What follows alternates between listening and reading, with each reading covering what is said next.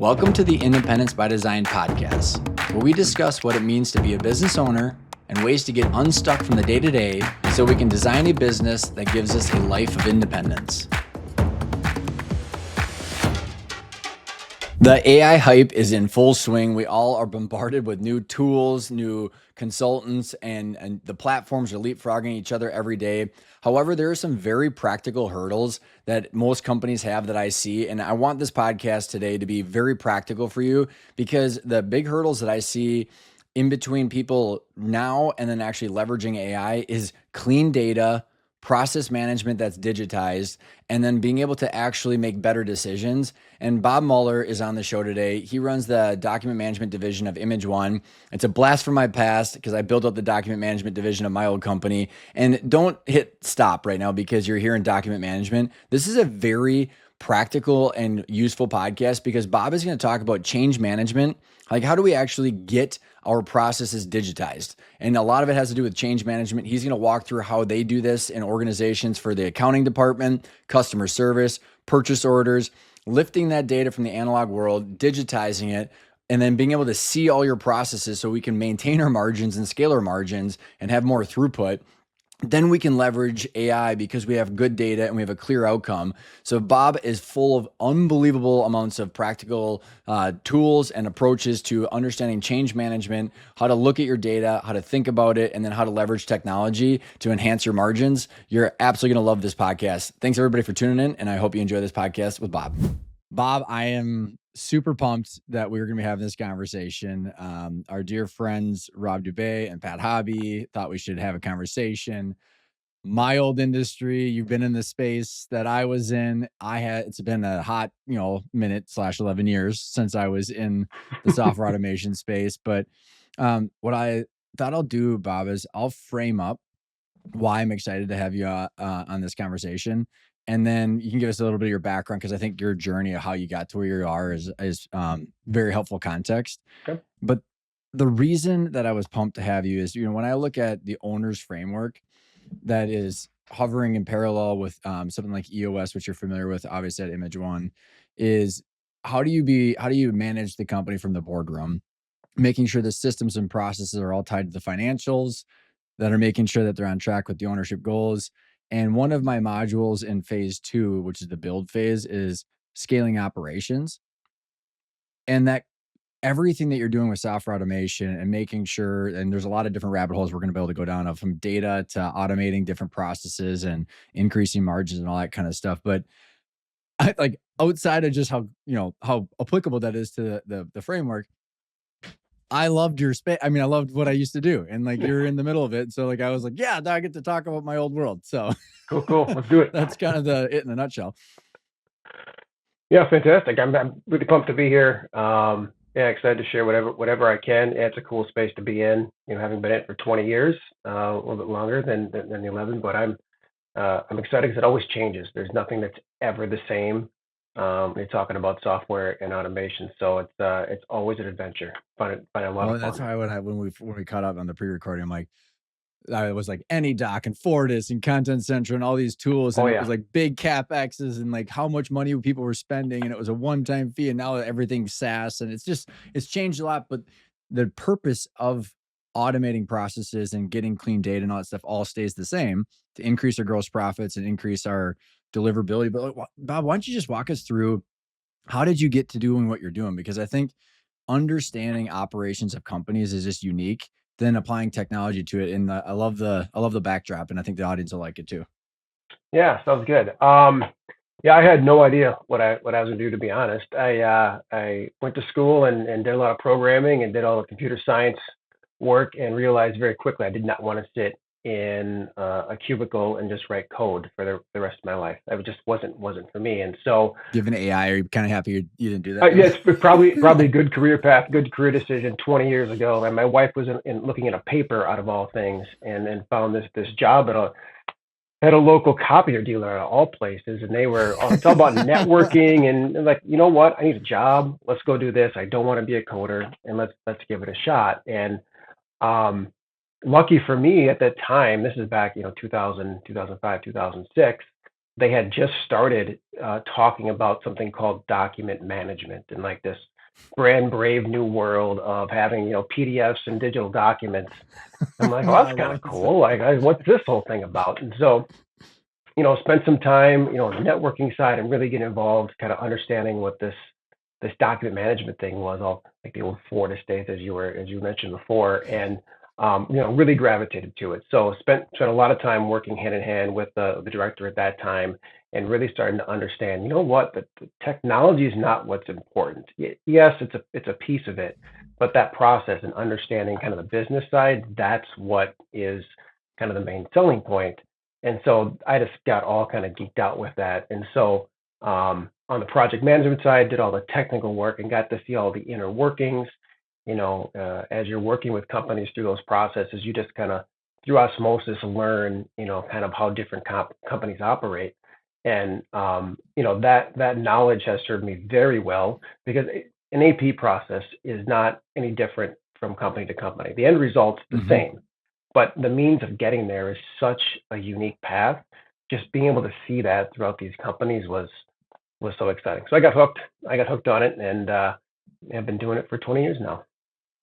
And what I find so fascinating about, I'm curious on how you think about this, but like what I liked about like when I built out our document management division, same thing. It was like so interesting for the industry because you're cannibalizing your print revenue. Oh yeah. And so like they were like reluctantly going into it and like back, in the days that you said when we started, it was like all lip service. Like we're doing this, but just so we can sell more print. and like yeah, and That's like so but spot then on. like right? And so were you the golden like were you like the stepchild for a long time in these copier businesses because like we're pretending we do Oh, this, you but we're know it. doing it Yeah, because we yeah, have you to? know it. Yeah, you go through all the financials, and it was copiers and CPP and click rates and paper, and then at the very bottom we talk about this automation, this Two document grand management of piece. yeah. It's like, oh yeah, that's right. There's these guys over in the other room. We put them in the basement someplace, and that's what they do. But you're exactly right. It was this weird, sort of cannibalization of what the core business was because you start taking away that paper. Paper equals process is something we've talked about for years, and it's like, well, wait a minute here. Do we really want to take away the paper and put it in a different process? So, yeah, it was definitely was a slow road going. But I think over time, kind of the inevitability of it all, and kind of realize, well, okay, this something's going to happen, and either we're gonna be at the forefront of it and actually start Hmm. talking about it, or someone else is, and then Hmm. we're not going to have any of the copiers or any of the clicks Hmm. because they're going to go work with Hmm. somebody else who's doing it. And so what I because there's a couple different I'll just plant some seeds and I'll try and navigate us back to them. Mhm. But data management is something that I think is worth us talking about. And then processes and like operations and how technology can be applied to automate them. And again, even for the audience too, like talking about like where AI as people are hearing it now fits Mhm. into what you're doing and how to like just see them as different things, I think would be a helpful topic, Bob. And Okay. then but before we even get into some of the more kind of mechanics of that and how all that data ends up on the financials, because at the end of the day, we have to be able to look at a set of financials, go on track, off track of revenue, gross profit, and free cash flow, and how's that growing value. And I think this is a great topic of figuring out how to do that. But what I would love to hear on your experience and how you got into understanding operations. So we talked about that a little bit this on the pre-call. One of the, like it because you wanted to be a coder. I'm curious if like the creativity of coding, I think applies like when I remember when I was like, because I'm similar, like I just like love to see how things work. And when Mhm. you're like in a law firm or like we had Minnesota Wild or like this Archway, which was the largest AP, automation project we did, or the Salvation Army HR, I was like, I get to learn how all these companies operate. And you'd be sitting there mapping out what people do, and you realize that people are just making shit up every single day and they don't really know why they're doing anything. But like how did you start learning about operations? How like what are some entry point stories of like the first time you're in a conference room trying to figure out how a company works, and how did you unpack this like curiosity of how operations of companies work? No, great. Yeah, great question. I think, yeah, you're spot on. I remember my very first projects when I started is one of our largest accounts, biggest accounts. They had copiers all over the place, tons of CPP revenue, and we're going to walk in and talk to them about this whole new concept, whole idea. And sitting in executive boardroom, everyone's kind of sitting around at the table, and here I'm like a 23, 22-year-old kid. Like, what the hell am I doing here? It's like, okay, and just kind of follow along.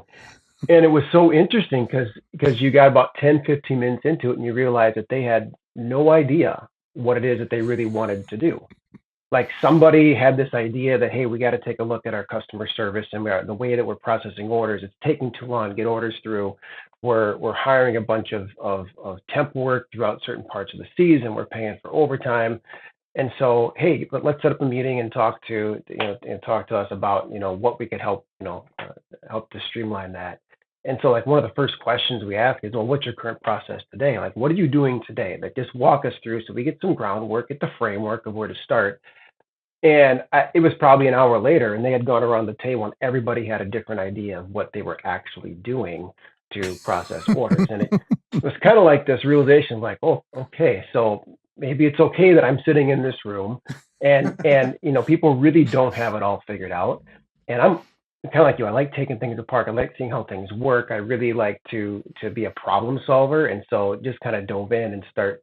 Okay, our first problem is we got to get everybody on the same page and try to figure out, like, where are we going to start from? Otherwise, this isn't going to go anywhere. And then slowly start working through those steps to come up with some sort of idea of what it could be. Do you feel like kind of like with software programming where you start with the outcome first? I feel like the way your brain works was very advantageous to this Hmm. because like when you sit in and when I realized like no one knows what they're doing because they're all like siloed out into parts of these Oh, process, but at the end of the day, absolutely. there's one outcome.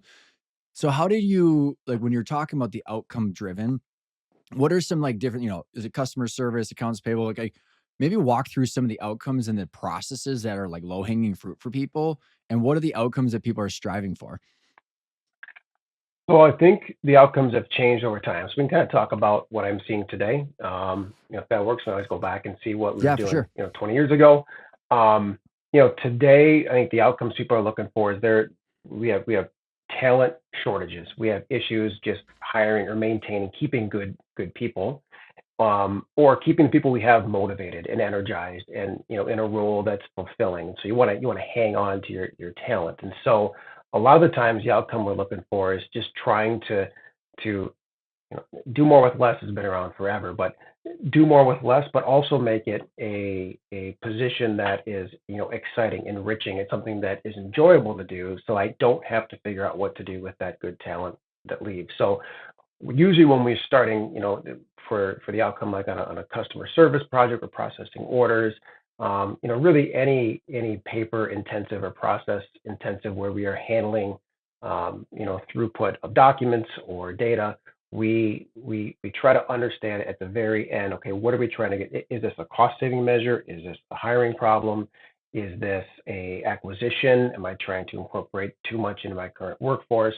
That's really been the driving factor that we've seen kind of today. Um, I think previously, a lot of times it was technology is cool. Like back way in the day, it was CEOs, CFOs that were excited about bringing technology in and didn't really understand what it could do, and so the impetus for like the employee factor wasn't necessarily as critical. Interesting. There's a couple things that you said that struck a chord where, what when I think about like the companies that are operating at the highest level right now, Bob, it's clean data so people can make decisions. Whether it's okay, customer service, is it net promoter score, is it delivery time, or whatever it is that they're trying to do, or if it's accounts payable, before it was like, okay, like accounts payable, receivable, all these different processes where if it's in paper, we don't have the data available to actually crunch data and make decisions. So it's this interesting way of going from the analog world into the digital world, cleaning it up so that way we can actually make operational data with it. So like, is that like how do you see data as a factor into the space of what you're working in? It not critical, but number one point. I mean, you can't. It's hard to make a business decision if you don't have the right data, right? And right data can be timely data, it can be accurate data, it can be a combination of both. A lot of companies have gone digital. They don't have paper anymore, but they have emails and they have attachments and they have these images that are digital, but I don't have access to the data. And that's really what I need is that information. So I think that's critical, especially when you're trying to make any sort of strategic decision without having that information. It's really hard to make the best decision. So getting that data off of a document, whether it's paper, whether it's a digital document, which is something that I think companies are missing out on. Like just because it's Hmm. digital doesn't mean it's useful. Like getting that information off and into a usable format is critical. Um, so maybe we could, if you want, because I am very interested in like, how people are implementing these systems and what are the actual outcomes that they're experiencing. Cause I think we could start with the outcomes and then talk about like the how, like what is the big hurdles and stuff like that. But what are the outcomes to, talent shortage? It sounds like, and like, I'm curious, like, so what is involved in that? And are you guys still like, is accounts payable and receivable still big? And the reason like we always started there, and I don't know if like a lot of the, the systems like they've bolted on all these modules to do that, but with accounts receivables, like I don't know who owes me what and when, and attaching those to contracts or payables, it was like I don't know who I owe and when and why and what my customer discounts and all that stuff could be. But like there were like big data opportunities to make better financial decisions right off the bat, but then it's migrated and sounds like into other bigger business processes. But like what are the outcomes people are now striving for, and how is this solving it? I think single pane of glass. I want some place to go where I can see what you just described. I want to see what we're waiting to receive, what we have outstanding, where are things in a certain process, what's critical from a customer service standpoint, what do we have to jump on in order to meet certain deadlines. I want to be able to see that in one pane of glass. And um, what what we run into is the bolt on, oh yeah, we have that too. Oh yeah, we have that too scenario where you have your main ERP that's running, all your financials, and oh, we have a document management system. Oh yeah, we have a workflow tool. Oh yeah, we have this piece. And it doesn't quite give them what they want. There's still things that they need to go outside of the system to go find because the process downstream, or I should say upstream, is not feeding the data into the tool in a timely manner, it's not accurate, or guess what? The process still has it sitting in a paper or in an email format, something like that. So having that single pane of glass to make those decisions, I think, is important and what people are really striving for. And do you still struggle with prospects or clients defining document management compared to like workflow management, where things are at in a process? Because I think what you said is like a really important piece where people are like, well, I have a software ERP system, whether it's NetSuite or whatever, industry specific they have. And then I've also got SharePoint where there's a bunch of file folders. So like maybe kind of fill in the gaps. Is that still one of the objections? That's absolutely one of the objectives. Oh, and SharePoint's free because we get it with our subscription with Microsoft, and so that's always a big part of it too. We try to distinguish your business critical documents, what you need to make, in kind of this conversation, your financial decisions. I want things that immediately impact my cash flow. It's a business critical document and needs to be in an appropriate tool set for that. There are other cases where we have shared documents. You're working on maybe a standard operating procedure documents, or you have HR type documents. Those kind of company shared, informational, things you need to give access to. Well, that might be better served in something like a SharePoint or a OneDrive or someplace where it's just a shared resource. Um, and then same thing with your, the NetSuite or the add-on tools. They do a great job managing all the data. They do a great job dealing with all the financials. They tend to just have an attachment for some kind of document. And a lot of times when you're trying to answer a question for a customer or a vendor who's calling on the phone, you want to be able to have like the entire picture in front of you in one pane of glass once again, and not have to, okay, I'm going to go over here to find this information, but realize what I'm really looking for was a delivery document, or their goods receipt, or a purchase, whatever it might be, to actually answer the question. And so that's a lot of the conversation, is around how do you make sure that you can combine this all into one, easy to use, easy to find, system. And that typically is a content or a document management system that's that's leveraging and complementing something like an ERP or your CRM, and really use the tools for their, what their main purpose is. So would it be helpful to you probably have like a handful of stories which are like your favorite, like this is the shit storm they were in. This is what we did. This is the outcome. Do you have a couple favorite stories that you're willing to share?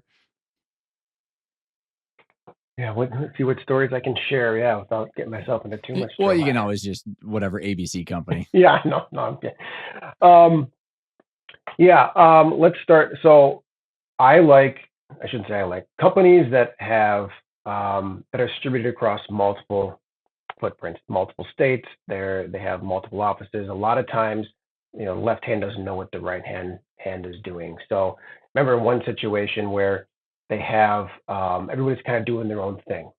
Eventually, everything got back to corporate. So from a finance and an accounting standpoint, whatever they were purchasing, whatever invoices were coming in, they just handle off in one of the sections over here. And at some point, whenever that GM or whoever was running that building decided, they would send the information over to the finance team, and then they would go ahead and run everything. And so every single month, the questions would be asked, well, what are we paying this month? Like, what do we have any idea like where the dollars are? And every location knew where their dollars were, but nobody knew back at corporate until they actually sent their information in. And you can imagine people maybe sitting on some of those sometimes, depending on reporting or whatever's coming out. And so we had this conversation of, well, it's just so much easier if they just have all of this come in and they just manage it over here. We don't want to manage it at the corporate level. It's just too much work. And so we really went through this process of trying to find out, okay, well, where is the value? Like, what are you really looking for? If it's important for you to understand exactly what you're going to be paying out, if you want to get accurate data, you need to have management, not when they send it over to you. You need to have it the second an invoice hits it comes into the building. And so we just revamped that process, brought it all into corporate first, and then distribute out any approvals if they were needed. And I forget how quickly the turnaround went. We sit back down and kind of do a review, our 60 or 90-day review of how things went. And you could just see the look on their face like, oh, this is so much better. We can actually see what's going on. We found a few things. We might need to have some corrective actions with some of these locations because of, how they were handling some of the accounting. So it was very interesting and, turned kind of a cluster into a huge win, for that CFO, at the company. Well, I was gonna say, and the ability to then manage cash, because that's like my big we all are trying to predict and manage our cash Mhm. so we can place the best bets with where to put that cash, take it as distribution, reinvest it back in the company where, and you're providing that visibility. It'd be so fascinating to hear like how that cash conversion cycle actually like what was the quantifiable, and they probably didn't share that, but No, there's certain, but yeah. but like Bob, when I think about the projects that I did a decade ago, the insanity behind people's egos and their jobs and like people protecting their jobs and the change management to go from the first part of the story to like what the outcome was. How do you guys approach it from a management perspective? How do you like map out that process and actually design something that actually gets everybody bought into? I think one misnomer is we replace jobs. Like that's what we're doing. We're coming in and we're going to replace jobs. And I can say over the 20 years, that's maybe happened, one time. In most cases, once you start actually understanding what their need is, we realize very quickly, it's not about replacing something. It's just we have too much to do. We are not organized. We can't get the information we need. It's not about replacing. It's about being more efficient with what we have, and let's just reorganize instead of replace. That journey, as I'm sure you experienced, is not an easy one, especially if you're It's a not psychology talking. degry, man. It's not computer science. Well, yeah, I mean, the number of times I wish I would have gone to school, for psychology, is unbelievable, right? It's just trying to get in the minds of people. Um, if you have the right audience, if you have, someone that's, in management, that's where we tend to see the most excitement around, hey, I got this team of people, I'm responsible for certain metrics. I'm reporting things up to, the CFO or to the CEO. and I'm trying to manage this and I just can't. So this person kind of in management level is doing more work than they should. They're the one doing a lot of overtime. They're the one making up for mistakes that are happening with their staff. Um, we tend to see a lot of excitement at that level, and that tends to then percolate up into the C-suite. How are you, like, what's your actual process for, like, mapping it out, getting the stakeholders, understanding what everybody's doing so that it's successful? Like, what's the process you guys take? Yeah, so we have it's longer sales cycles, so we probably have a good 4 to 6 week type cycle that we tend to go through. Once we make that initial introduction, we try to figure out where we do or don't want to start, and then we do a process map. We sit down in real time with the key stakeholders. It's important to have end users involved with that because as much as managers and as much as executives think they know what's happening. A lot of times it's They not don't. exactly the same, right? There's little things like, no, we don't do it that way. And so we got to get the end users involved. And that's usually where the kind of the deer in the headlights, like, wait a minute, is this replacing my job, comes up. So as we're going through that mapping in real time, we're really focusing on, like, kind of making sure we're in alignment with their, executive team on how this should be positioned, but making sure that we capture what's happening at the same time, setting up for success later when we actually go through implementation. That process goes back and forth a couple of times, especially like that initial story where they don't have a clue what their process is. And I think that's important too. I think without having a foundation, without having an understanding of where they are today, it's really hard to show the tangible gains, benefits from making a change. People don't just buy software because it's cool. It's not an app you just download and you pay your $2.99 a month and away you go. Like, we have to justify, put together what that ROI is, and a lot of times those are soft costs, right? They're not doing this. We're not replacing another piece of software. We're helping them, quicken up cash flow. We're helping them not have to go out and hire more. We're helping them keep their employees. So it's really part of that discovery process. We start kind of going through and trying to understand where their perceived value is. So when you're and this is where I think it's interesting as I learned a lot of this from the managed print or the document management or the managed IT where it's outcome focused. And I would say honestly, Bob, to this day, that mindset has helped me build what I'm doing right now, which is what's the outcome? And I just spent, add another 11 years and it's like, well, time, cash flow, and wealth and the valuation of the company is all tied into that. So I just kept double clicking all the way to the first principle constraints. But what I think is so helpful about understanding that outcome is when we're sitting in rooms with people that don't know what that outcome is, we're guiding and facilitating that conversation. So like when you're going into these meetings and you have all these opinions and all these thoughts, like so you got customer service, I heard you say, talent management, accounts payable and receivable processes. Like you're like the outcomes that you're going into, like explain how you understanding what the outcome should look like, even though you're probably molding the solution to the person, the idiosyncrasies of the company, but you have an idea of what you're striving for, right? I mean, because then you're mapping against the ideals, right? Yeah, I think if I can understand the question. When we are going in, we have a pretty good understanding after the initial conversation. Okay, we could probably free up 70% of their time. Like, okay, they're in acquisition mode or they just acquired somebody. Yeah, we can bring all this in house. There's no need to go outsource. We can determine that fairly quickly because they're using just file storage for storing documents, or they're using their email to send things off for approval, or they now have a hybrid work environment. That was a big thing with hybrid work environment. So how do we get this information out? We had to wait for people to come back into the office where they could prove anything. And so now we have the ability to do all that, through mobile and whatnot. So we have a pretty good idea when we first start. We're going to reduce some sort of kind of overall operating expense, 80% somewhere in there.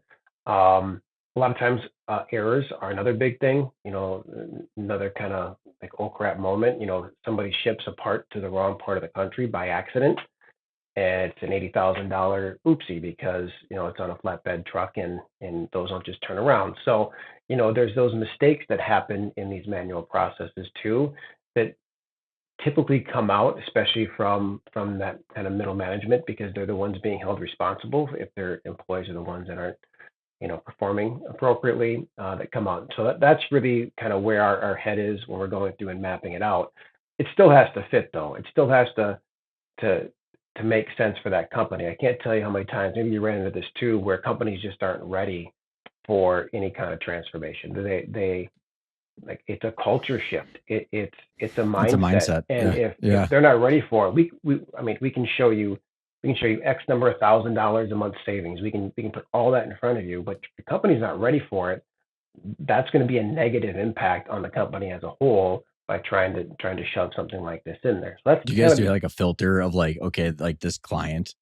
I mean, I wish I would have had that filter. We were always chasing bucks, but like yep. I was like, oh my God, I wish we wouldn't have taken on that client. Yeah, we've all had them. Exactly right. Exactly right. But it's generally it's not because you can't help them. It's because they're not. I mean, it'd be like a trainer hiring someone and then realizing like that person doesn't want to follow any of Yeah. they don't really want to change. Yeah, exactly. Yeah, exactly. It's not the technology. I mean, the technology is going to be out there. It's going to change. There's going to be the next, pick your product that's going to work.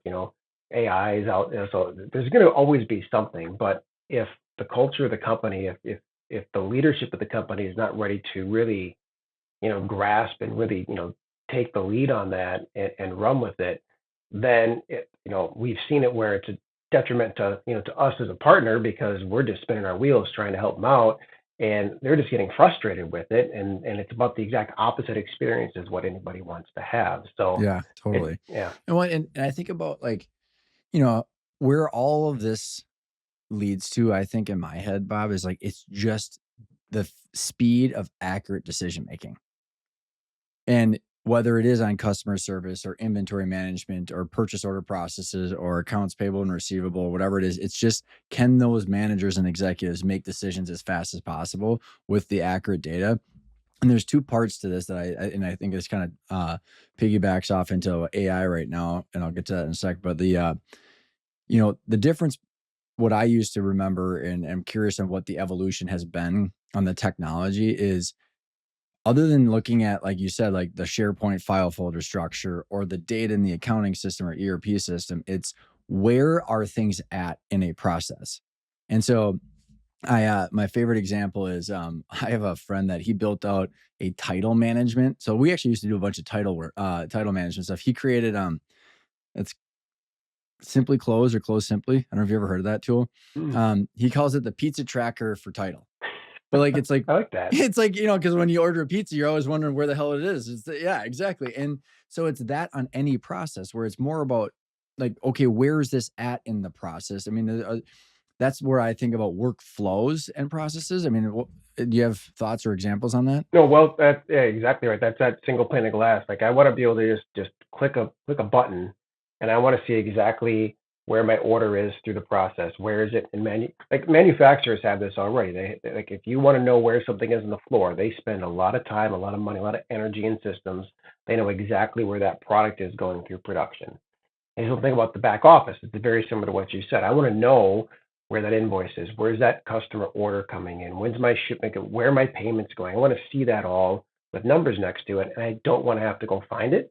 And it should be real time. I mean, there isn't any reason that they shouldn't have real time access if, as soon as it comes into the organization, it goes into a system where I have access to all that data, as you were describing, the most critical part. I need access to data, and I can't do that if it's sitting in my email.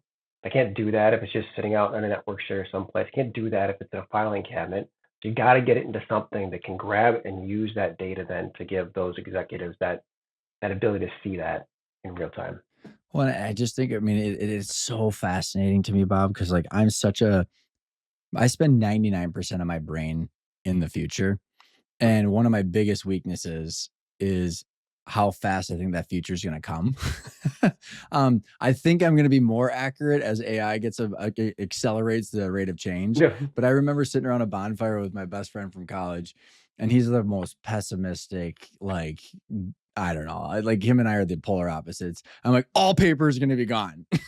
And this is like 2009. He was like, shut up, dude. 2009. And And here we are, and like it's still that big of a problem. So I mean, it sounds like as we're talking about AI solving nuclear energy or whatever it might be, like I think about these companies, dude, that there was this one, they were it was an architecture firm and manufacturer, architect and manufacturer, kind of this weird combination, but like they had this folder, freaking folder, where it was like emails coming in and then like different things happening, and they handed this manila folder around to a Oh yeah, bunch of the people and they would traveler. Yeah, print get shit the off. traveler going. Yep.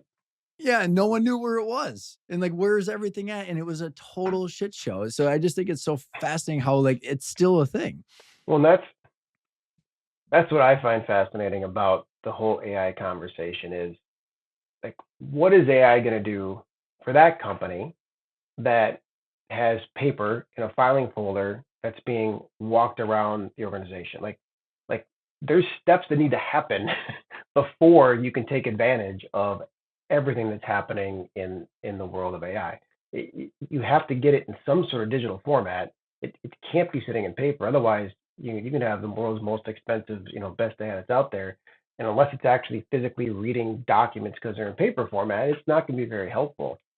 So that's something that we try to talk a lot about. That by no means are expert in AI. I don't know if anybody's an expert in AI, But I but think you're right though. Like in and that's why I think it's a unique time for you and what service you provide, because there are two things, and I think this is so relevant for everybody, is there are two things that I think people could think about as it relates to AI. This is because I'm like a power user. The moment I wake up to the moment I go to bed, I'm using AI unless I'm on a call. And it's are do we have the outcome, the clearly identified goals, like in very nuanced detail? Here's exactly what we're trying to accomplish. So we can give it all the context that we can about here's exactly what we're trying to accomplish. And then the second most important thing, feed it the accurate data. And what I'm looking at in those are the two weakest points, Bob, where like most people don't know what they're actually trying to solve for or why, which everything ends up landing on free cash flow. Like a company's existence is to generate free cash flow for capitalism while providing the good or service to the client. That's it. So we need to make the connection of all of the operations and services to the financials. And that's the outcome that we're, whatever the outcome of the process is, it has to relate to delivering the good or service and making money. And then so most people don't know how to articulate it correctly. But then the second part is that clean data, Bob. Even if someone has that clearly articulated goal, they don't have good data. And the data cleanliness is such a problem in organizations because half of it's offline, like you're saying, or the other half of it's, I mean, people's GL structures are a complete effing mess, let alone like how is your naming convention of your POs, your customer list. And so maybe talk about like data integrity and how when you're going through this process, like there's probably got to be a part of the step of the process, like, okay, in order for this to all flow around with fields in a database, yep. like we have to clean up the data. Yeah, I mean, yeah, exactly. And it really doesn't matter what process it is. We talked a lot about customer service and finance, but doesn't matter if you want to leverage the tools that you have available today. You have got to have clean data. I think that there are a number of maybe misconceptions that the internet is a mess, and so why do I need to have clean data? If ChatGPT can search the internet, which is a disaster of clean data, why do I need that for my business? And so my kind of response to that is I don't know about you, maybe you're a very good prompter, but it takes me twice, maybe three times to get the outcome that I'm really looking for. That's clean. That's okay. That's exactly what I meant. And I think when you're making a business decision, or if you're looking at data, you don't want to have to do it three times. You don't want to have to do it multiple times. Like the data should be clean and accurate, so it just gives you the right answer the first time. Because you want to make As long decisions. as your questions, like your prompt, the Yeah, prompt yeah, is yeah. the It right should be prompt, right, and right? you can't do that without having that clean data, like you said. So that is probably the biggest advancement that I've seen the last 10 Hmm. years doing this, and not necessarily from a technology standpoint, although that's a big part of it. But it's now accessible. It's now available for companies, smaller companies, mid-sized companies. You don't have to be Fortune 500, Fortune 100 to get access to this technology. It's come Right, down to a right. point where I can utilize it now as a 5 million, as a startup, as a $20 million Hmm. company. Well, I think it's so relevant because when I think about, and maybe you can give some examples on different processes of how you end up standardizing data fields, because like the way I like to, because I got into this habit. I'm very disciplined on how I organize my files. I have like everything in this thing called Obsidian, which is kind of like Evernote, which is like I hate not being able to find shit. Like it's my most frustrating thing.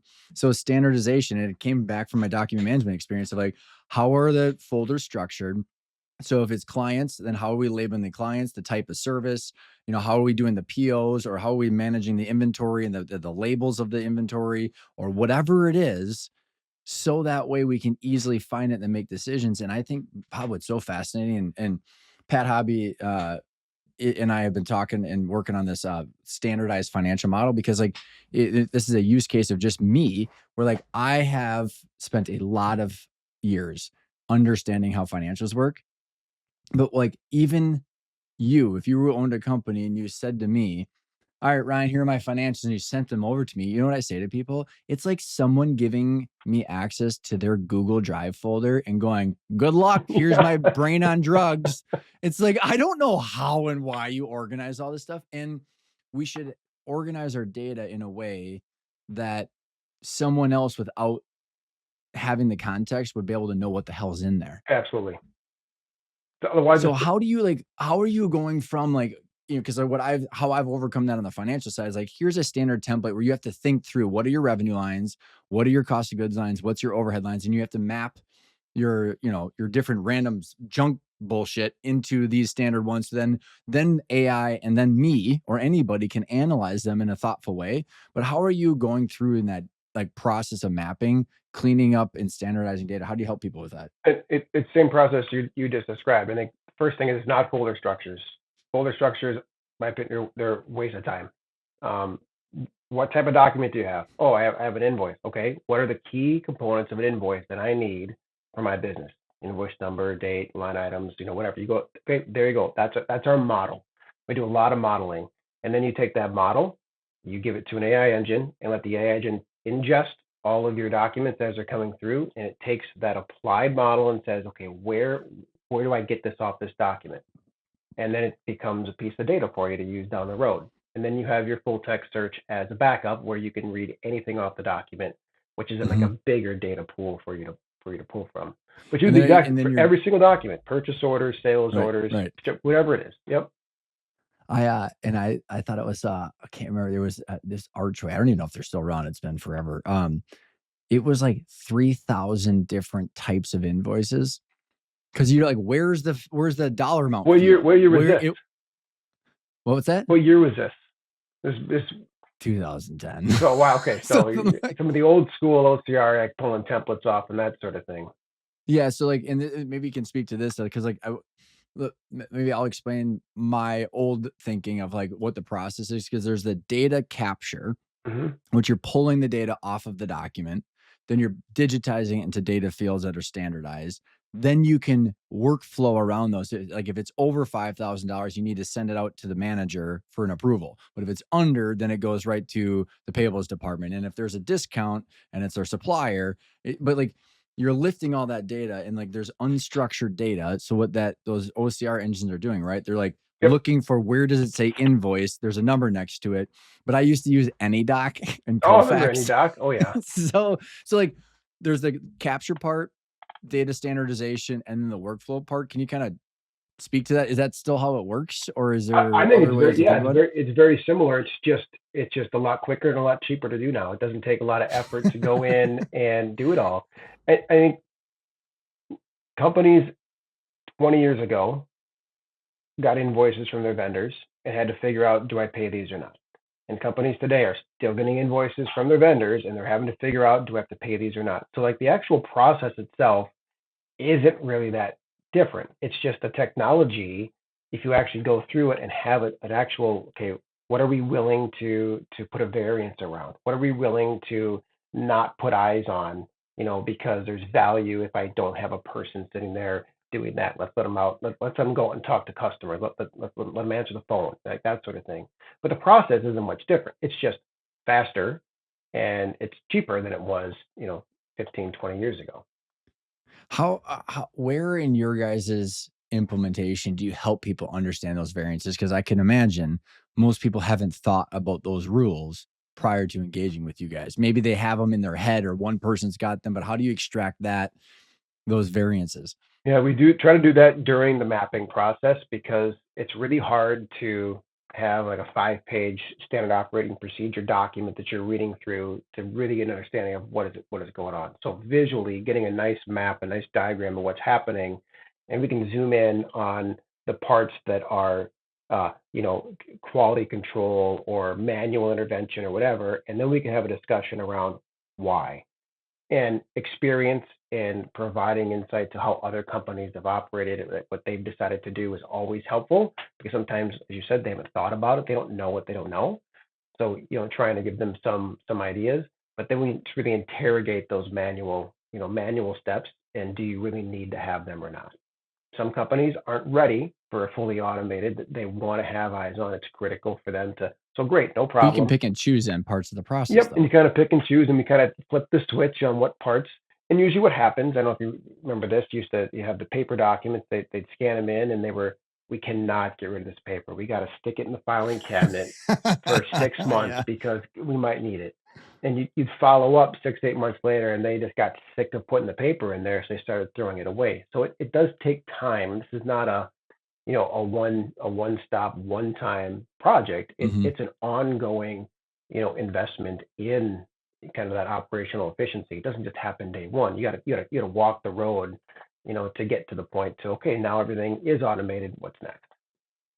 It's just so fascinating because, like, a lot of the concepts that I subscribe to now as far as, like, how do companies create sustainable cash flow, it's like it's the people part, the operations, the finance, sales and marketing, and all these create, they're all analog at some point, then we're digitizing them all. And and like it what I find so fascinating about what the opportunity is, Bob, is making faster decisions. Like that's the goal is I want to increase my customer service experience. I want to increase my lead time. I want to increase my cash conversion cycle. But it's I just find it so fascinating. How many people, like, what's the opportunity out there? Like, how many clients and companies have actually started, like, pushing towards this compared to, like, people that are just kinda like I mean, that I think the AI thing is the same thing. It's like how many people are just resisting this or haven't done it, and therefore they're not gonna be able to capture good decision making or AI because of their resistance here.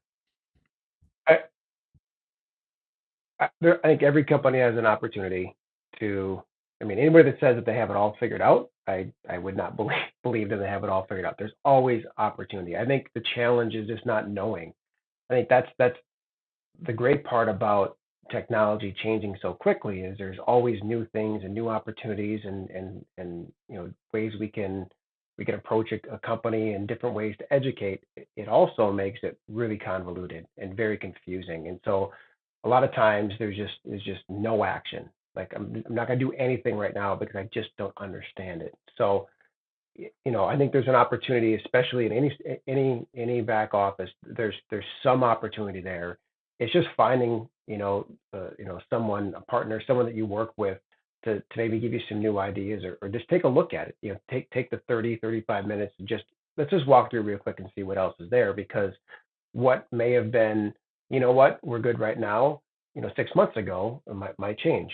And so, I think the opportunity is still endless, like we talked about in 2020, 2020 or 2015, 2005. I think there's still plenty of opportunity out there in this industry. So when I think about people's biggest resistance, it's the old time and money.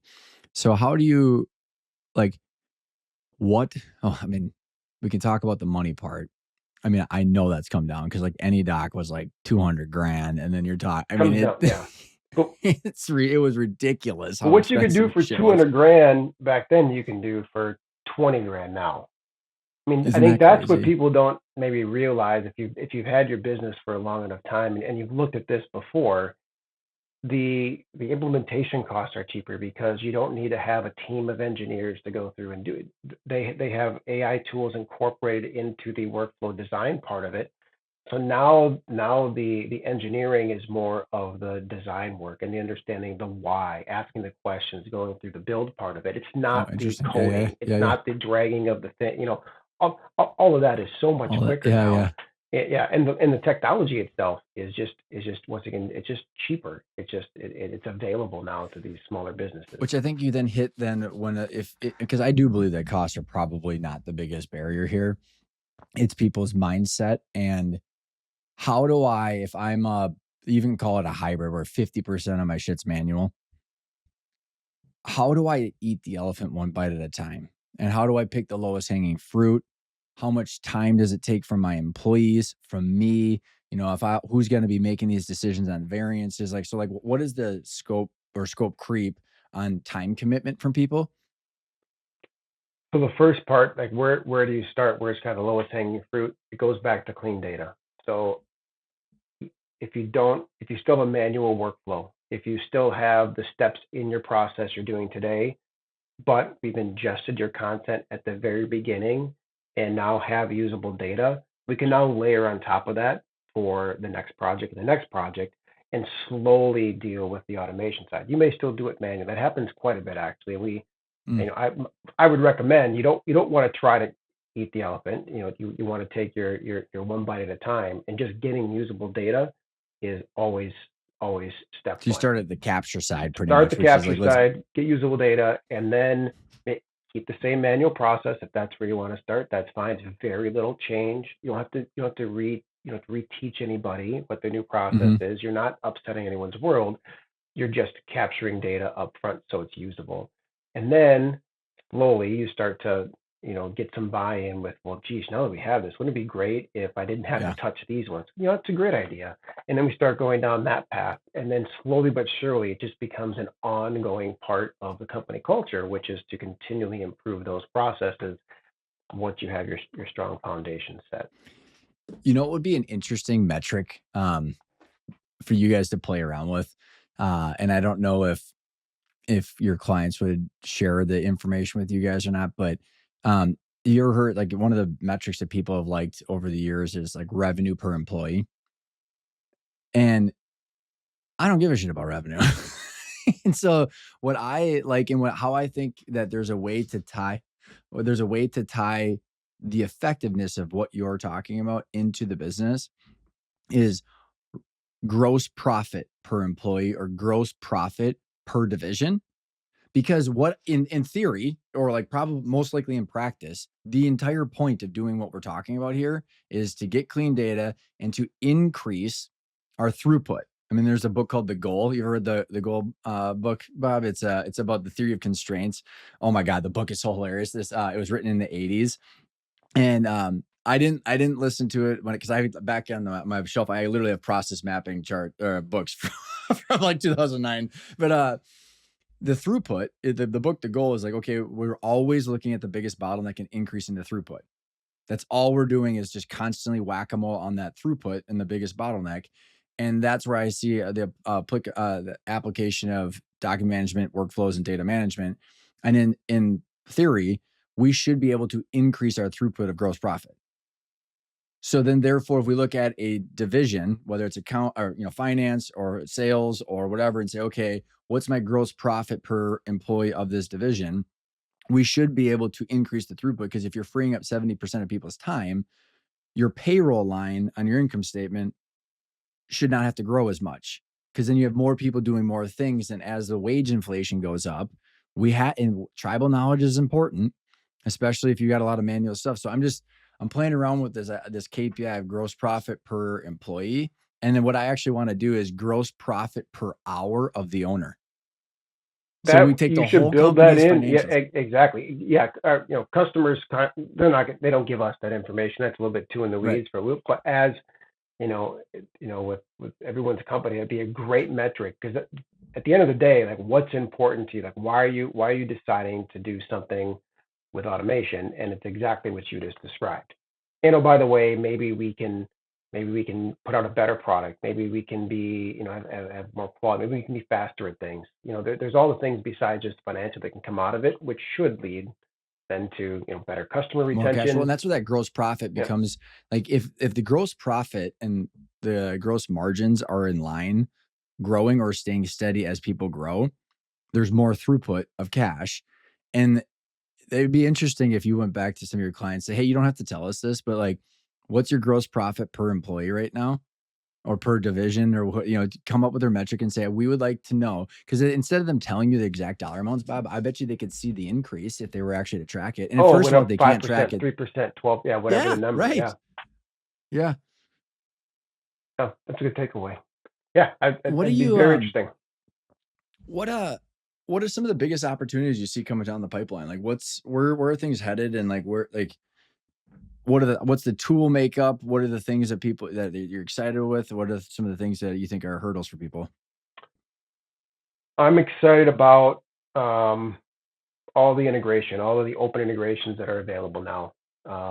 There's platforms or tools that allow you to essentially complement and put together these solutions that aren't just one product based. There's not like one product is just going to do everything for you, but the tool sets now allow us to incorporate all these different features, take the best of all these 3, 4 different worlds, and it can look like one product to the end user because the integrations are so open. So like Mhm. your Zapiers, all your iPads, availability, it's fantastic. It makes it easy. It's more cost effective now to do integrations. You don't need a development team to write something custom to integrate with your ERP. I can go out Isn't that and pick a crazy? tool Yeah. set and just do it because it's available. That part's really exciting to me. And then the capture side too. The capture side, just being accessible now, being able to pull um, clean data and more accurate data. Things like handwriting, dirty documents, crumpled documents. Really leveraging all Does it that just get way modeling. better? It's Like so how much more accurate than it used to be. We would never talk about handwriting remember Planet 5 years Press with the ago. digital Digital pen? pen. Oh yeah, sorry, we talked about that before, didn't we? Those pens. Jeez. They were Yeah. so expensive. Well, I just to comment a couple things. I mean, this is only 10, 15 years ago, but Planet Yeah. Press, you're like 100 grand in that effing digital pen that barely worked. Then any doc for the capture would kind of work, and it's a couple 100 grand. And then you'd have to hire the developer for an API between your Yep. ERP system and that. I mean, it was such a cluster. And now all of those friction points have been I mean, the iPad with the pencil now, and then like all this stuff is just And it crazy. was all on premise. You had to have an infrastructure to support it all as well. So you Yeah, and the had a server costs and all ridiculous that stuff. amount of freaking overhead just even doing it Yeah. now too. And now we can just spin something up in 24 hours and you have everything kind of set and it's just a matter of configuration. It's a little more complicated than that, but that's the basic premise of it now. Right, It's just right. so much And more accessible. I don't know how people like honest to God, Bob, I don't know how people are gonna compete if they don't do this stuff. Because like with AI right now, like how fast companies are gonna be able to increase their throughput with automation. Like what and it's really automating, not a it's automation, but it's decision making. That's like literally where everything comes down to. And they can't decide fast enough because they don't know the impact on cash. And so like you have they can't utilize AI. Well, if someone has clean data, standard workflow processes, and AI, their ability to outcompete and charge less or scale faster is like they're gonna leave people in the dust. Yeah, there's a price to be paid for indecision, and companies that are focusing on their customer service interactions, the human interaction, the relationship. If you can put all your time and all your resources because you're not dealing with data entry, you're not dealing with slow data, you're not dealing with manual processes, and I can build a better relationship with a customer, with a vendor, exactly right. Those are the companies that are going to thrive. Yeah, in this. What's the market like of other implementers like you guys? So where when again, long time ago, but like you'd had these customers don't know how to vet out a service provider. We're like, you have been doing this for 20 years. We're like, lots of other, is it copier businesses? Are there actually standalone tech companies that are doing this that don't have a copier business? And what would be what should like walk through it? And obviously it's going to probably be self-serving, but that's the reason I had you on this call of like, you guys know what the hell you're doing. But like, my favorite is to hear if someone was shopping around, what were the questions that if you were the buyer, and you were going to be asking some questions to make sure that you avoid the gotcha of, oh, this is a company that pretends to do this, but they don't actually do this. So, like, what questions would you be asking someone? Yeah. So, um, if you're shopping around and or someone's cold calling on you and you take a meeting, um, whoever you're working with needs to do all the work. They need to be the company that actually does the implementation. They do the actual ongoing work. They need to treat you as a partner. If you got a salesperson that's selling you a product, that's not what I would recommend. You can go out and Google and find your products online and run it yourself.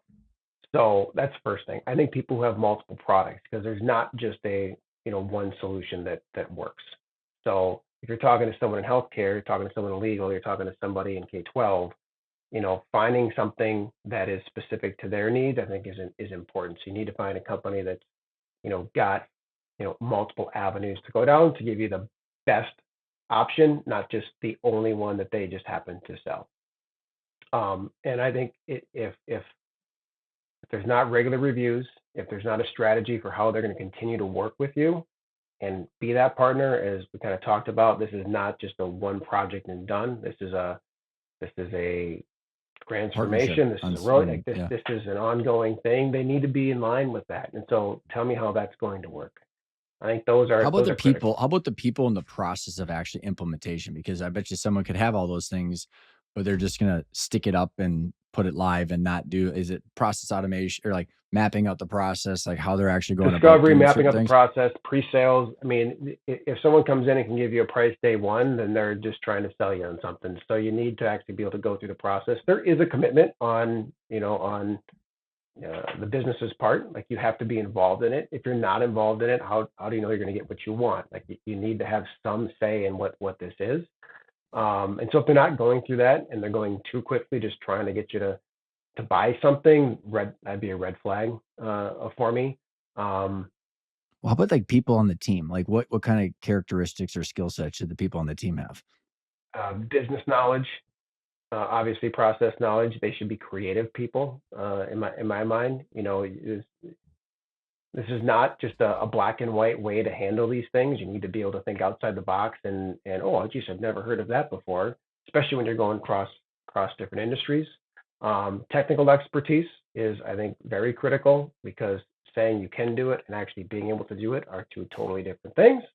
And so the execution side of it is just as important, as well as the training, as we kind of talked about. As much as we can put the right solution in, it could be the greatest technology.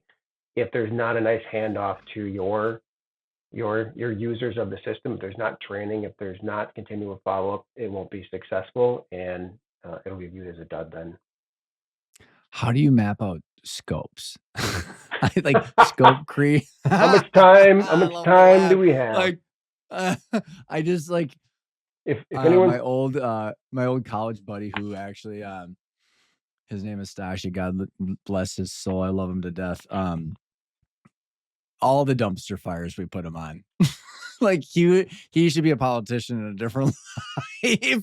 Like That's awesome. scope creep, like making, because again, if it's like, well, I want this like this process and then this department and this, and oh, by the way, I want to add a field here and whatever. Like, how do you scope out the original, and then how do you deal with change orders and ongoing scope?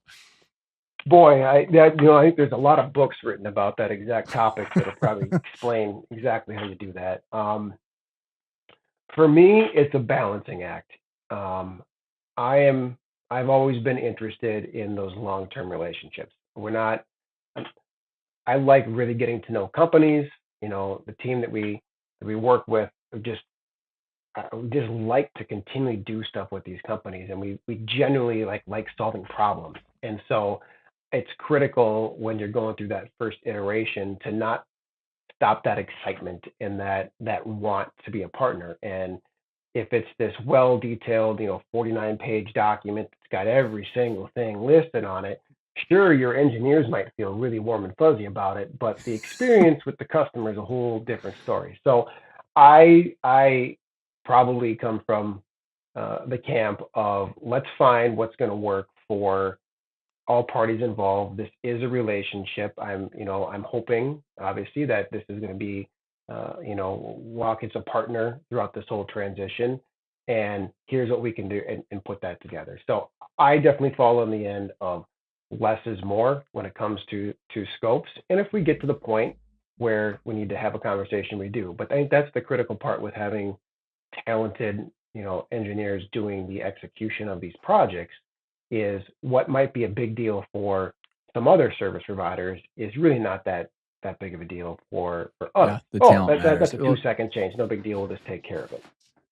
because at the end of the day, and I think this would be an interesting um, insight for people is because how I used to manage the financials of our document management division, which was an evolution for sure, Mm, because I went from selling products with, and that was a mindset shift for the entire copier industry. You sell a product, you got gross profit, and like, but with the copier or with the document management, you'd sell either the upfront implementation, the ongoing. Do you and your engineers like apply time to a project so then you can see gross profit for yep. you on your end? Because like that's where it's that balancing act. So are you guys all tracking time against projects to make sure that you're hitting the Correct. right? Yep, Okay. yep, correct. Yep, we have our metrics that I'm beholden to, and so yeah, we track all that information.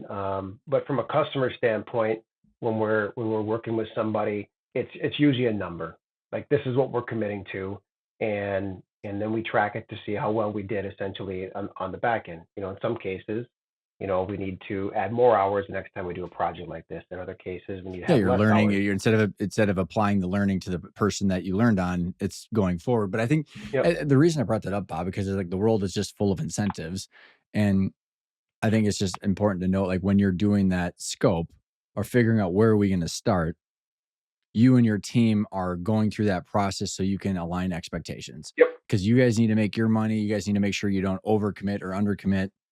You also are trying to balance the customer experience while also making money. I mean, it's just everybody's just trying to balance that line. And I just think personally, man, like all of the stuff that we just talked about, it like literally comes down to clear expectations and good communication. Yes. And that is really hard to find with service providers and partners these days. And I think it's just so important because everybody's just trying to make their own situation work while meeting in the middle. That's why I think working with a service provider is still better than just finding someone who sells a product because you're going to get the answer. They're going to give you the answer that they want to sell the product. You got to find someone Mhm. that is actively engaged, is interested in, once again, that partnership. So you can have that clear, open communication. Everyone, I mean, we're not doing this for free, right? I mean, Right. businesses, as you said, I mean, it's all about, eventually making money. So just finding a balance that fits for everybody involved and there are win-wins. They really do exist where we can put in a Mhm. software product. Yes, it costs money, but in the end, you'll end up making more money than you were. And ROIs can be a month, they can be a year. We go through that, with our customers. If someone's not doing that, definitely ask those questions. Um, so yeah, communication, Yeah. clear communication is key. This has been so fun, man. Holy Blast cow, from the past. it was quick. It's You were right. yeah, it's just it's an important topic and we get down in the weeds, but like what I enjoy doing is connecting all the dots of like if someone is sitting in the boardroom, they want to know how their company is doing. And then they can keep asking why, and they need to have the data readily available. And someone needs to be able to describe that. And this is part of the process. And you're at the front end upstream to capture the data, put it into the system. And like I just think I mean, we have to go all the way from the boardroom all the way down to the trenches and say, like, who's got that piece Yes, of paper that's got a exactly. scribble on it that someone owes us some money? Where can people find you, man? What's the best way to get in touch? LinkedIn, trying to be on LinkedIn as much as possible. Imageoneaway.com. Yeah, happy to answer any questions. We love the education part of it. We do a lot of subcontract work, for other resellers, and it's really just about education. So happy Oh, to cool. to be involved, yeah, with anything, even if we don't sell you something. It's fun stuff. We get really excited about it. So feel free to reach That's out. awesome. And I have to give a shout out to Rob Dubay and Joel because Oh yeah. um Rob's been on the podcast a couple times and he is kind of the archetype, Bob, of like what a lot of people listening in or my clients are trying to do is like, how do I decouple myself from the operations, keep the Hmm. company and keep a great culture? And so it's really cool. Like you're one of his service offerings and you're part of the team, and yet he's not involved all day long, and Pat's working on the financials. It's so fun to watch you guys, and I'm just such a huge cheerleader of Image One and everything that you guys are doing. Yeah, I'm really proud to be here. It's fantastic. Thanks, Bob. I appreciate it, man. Appreciate it, Brent. Take care.